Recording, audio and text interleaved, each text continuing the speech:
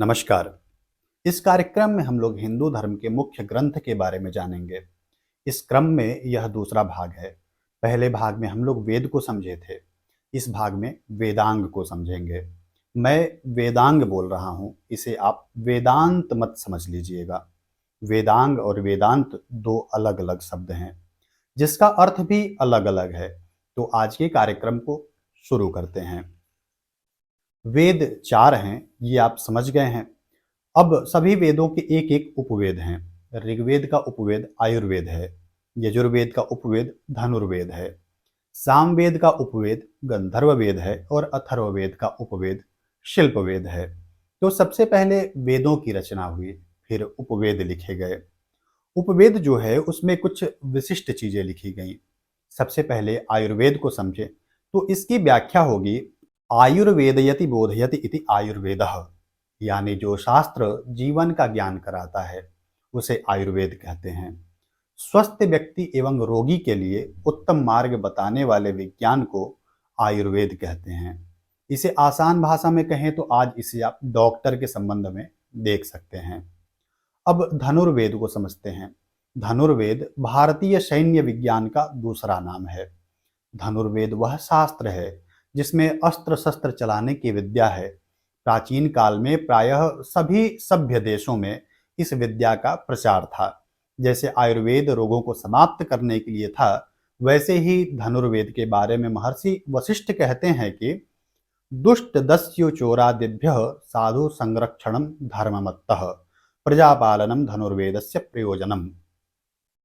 इसका अर्थ है दुष्ट लुटेरे चोर आदि से धर्म पूर्वक सज्जनों की रक्षा करना और प्रजा का पालन करना धनुर्वेद का उद्देश्य है।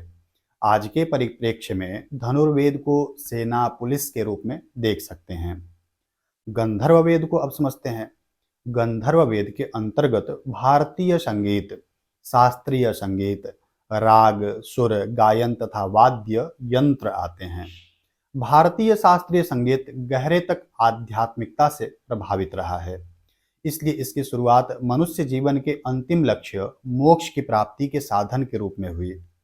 संगीत की महत्ता इस बात से भी स्पष्ट है कि भारतीय आचार्यों ने इसे पंचम वेद या फिर गंधर्व वेद की संज्ञा दी है। इसे आज के समय में गाना गाने वाले, इंस्ट्रूमेंट बजाने वाले, डांस करने वाले या फिर फिल्मी लोगों से संबंधित समझ सकते हैं। अब शिल्प वेद को समझते हैं। शिल्प वेद में वस्तुओं का निर्माण, आर्किटेक्चर, वास्तुकला, मंदिरों का निर्माण कैसे किया जाए उसके बारे में वर्णन है। आज इसे इंजीनियर के संबंध में देख सकते हैं। तो ये थे उपवेद। इसे विस्तार से एक एक करके अलग अलग वीडियो में आगे कभी समझेंगे। अब वेदांग को समझते हैं। वेदों को समझने के लिए वेदांग लिखे गए। वेदांग में शिक्षा, कल्प, व्याकरण, छंद, ज्योतिष और निरुक्त आते हैं। अब शिक्षा को समझते हैं। शिक्षा नामक वेदांग स्वर विज्ञान से संबंधित है। इस वेदांग का उद्देश्य है कि किस स्वर या वर्ण को किस स्थान पर प्रयोग करना चाहिए। वेद मंत्रों को पढ़ने का अपना एक अलग तरीका होता है। कब कैसा स्वर होना चाहिए, मंत्रों को पढ़ने का क्या नियम होना चाहिए, ये सब शिक्षा वेदांग में है। अब कल्प को समझते हैं। कल्प वेदांग में यज्ञ अनुष्ठान की विधि और नियम है।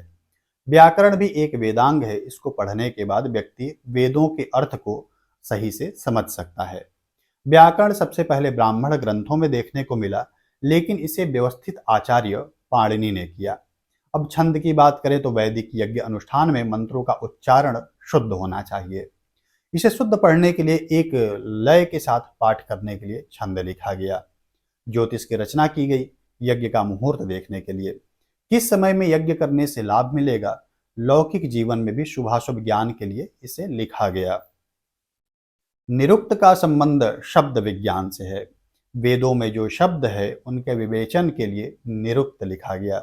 निरुक्त वेदांग के द्वारा वैदिक शब्दों की व्याख्या की जाती है और इस व्याख्या के द्वारा किसी शब्द के मूल अर्थ का ज्ञान हो पाता है।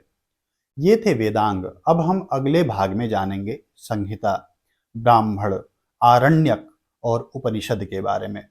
हम चर्चा करेंगे ऋषि ऋण, देव ऋण और पितृ ऋण के बारे में। आज के लिए बस इतना ही। ओम नमः शिवाय।